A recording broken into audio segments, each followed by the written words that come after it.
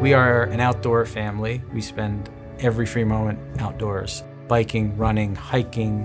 When I was a kid, I guess into a teenager, I was actually a competitive BMX bike rider, which was big in New Jersey where I grew up. I don't know that it's as big here in Virginia, but my son is a bit of a daredevil, so we're sort of trying to keep him focused on things that are safe.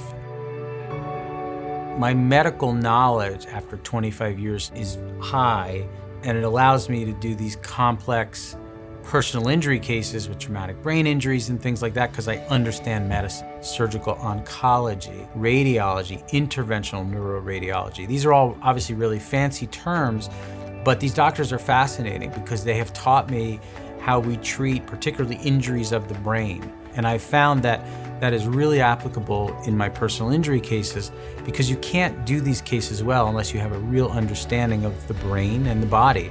My wife is a board member of a brain injury group here in Northern Virginia where we work with people with brain injuries. Back in 2013, I had a close family member who suffered an aneurysm in a vessel in her brain. And quite frankly, the doctors told us it was 50-50 whether she was going to live or die. Luckily, she survived, but with significant brain injuries herself. It humbled me after doing this for 20 years because to actually live in that person's shoes and have to help them is completely different than reading a medical record that talks about this type of damage. And so that's really affected me in the way that I approach these cases.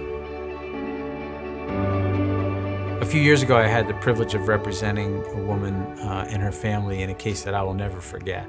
She had been catastrophically injured in an accident, and the insurance company in that case said, "We will never pay a dime on this case." At the end of the trial, the jury came back with a verdict of over $35 million, which we were very proud of.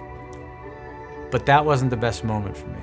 The best moment for me was 6 months later when they invited me to their house.